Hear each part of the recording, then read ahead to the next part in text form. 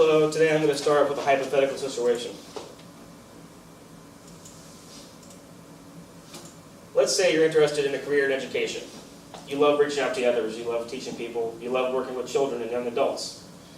You've laid all the groundwork out for yourself. You've formed study groups, studied countless hours upon countless hours, done your homework, taken exams, finally you've achieved your degree. Now you wait.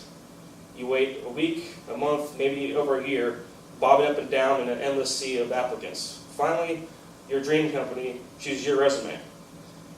You get called for your first interview and you nail it. Unbeknownst to you, as a part of your potential company's background check policy, they look you up on Facebook. Upon doing so, they find this. What a shame it is that after all that hard work that you put in, the great interview you had, that's all gone now because of one misstep on Facebook. This happens on a daily basis to countless people, and hopefully the information and stats that I show you will help you avoid that mistake. I'm guilty of this as well. A few months back I called in sick to work on one of our busier nights. And I actually wasn't sick. I was going to a friend's birthday party downtown. I thought I was safe because the people that were going to be there were outside my company, and I didn't plan on posting anything or taking any pictures. Well, I was wrong. I was tagged in this photo. A coworker of mine I happened to be friends with on Facebook liked this photo. He was friends with my boss. This photo ended up showing up on my boss's newsfeed. He was able to see where it was taken and when it was taken. The next morning he called me into his office and reprimanded me. Now while I wasn't fired, he did give me a permanent mark on my record, and you can believe when I'm up for review at the end of the year for a raise, this will affect my raise. My main points today are going to be how Facebook can prevent potential employment, how Facebook can jeopardize your current employment, and the changes that we need to make. It turns out it's not only your behavior on Facebook that can hurt you, but your friends also. According to abcnews.com, employers could turn you away for having iffy friends and not run afoul of any employment discrimination laws. So if you have a friend like this, you might want to reconsider things.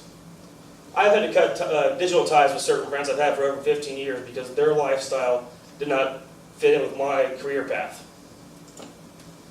Numbers don't lie either. 1 in 10 job seekers between the ages of 16 and 34 have been rejected because of Facebook posts, according to BBC.com. 16 to 34 is a pretty powerful age bracket if you think about it. That represents entry level and somebody well into their career. Can you really let something as trivial as Facebook affect that broad range of people? You shouldn't. More bad news, 1 in 3 employers reject applicants due to poor Facebook etiquette, according to AOLjobs.com. That means for every 3 applications you put in, 1 person is going to reject you based on your poor Facebook etiquette, besides other factors. Who's at risk? Millennials, age 18 to 32. I think it's safe to say that that age bracket pretty much reaches this entire classroom for the most part.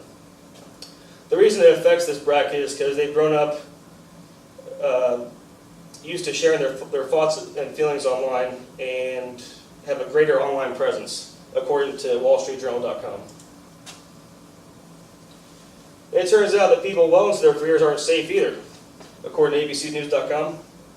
Carol Sarter, a supervisor at a high school in Cohasset, Massachusetts, was forced to resign after calling students germy and referring to parents as arrogant and snobby.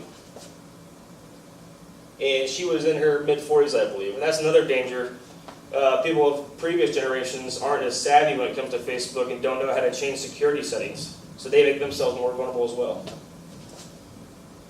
Celebrities aren't immune either. Gilbert Gottfried, the lovable voice behind the Aflac duck, in 2011 made insensitive comments about the tsunami that hit Japan.